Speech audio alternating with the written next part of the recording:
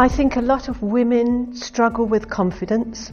So I think women need help with understanding their own skills, their own value and what they bring to businesses and organisations.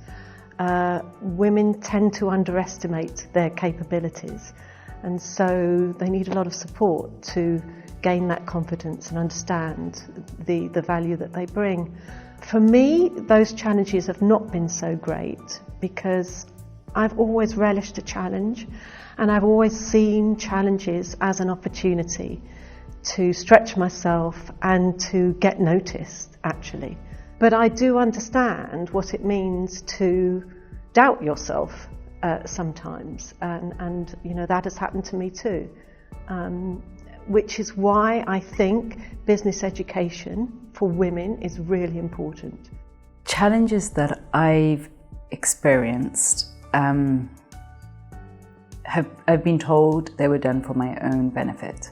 So, for example, as a journalist, I was told not to go to Kashmir, Ladakh, a few other areas. I've travelled over 100 countries and the BBC supported me all the way.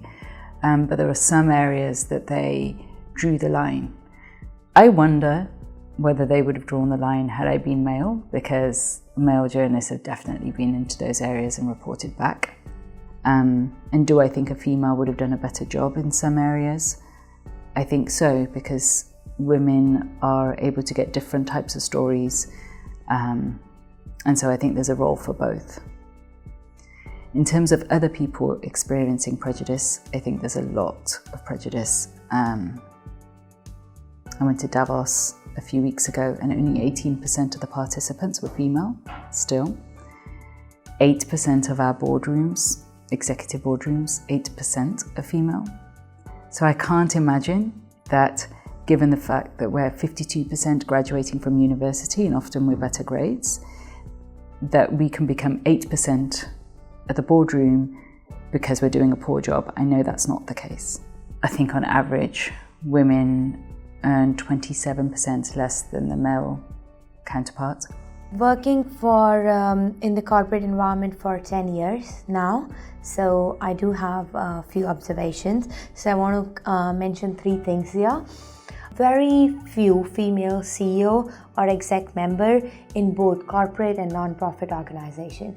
Means for 2015 data, in Fortune 500 companies, there are only 23 female CEOs. So this creates a challenge in finding a role model or a mentor because there are very few choices. Secondly, I see sometimes women carry some of the inhibitions when they go to the workplace. And what I mean by this is they don't push hard enough.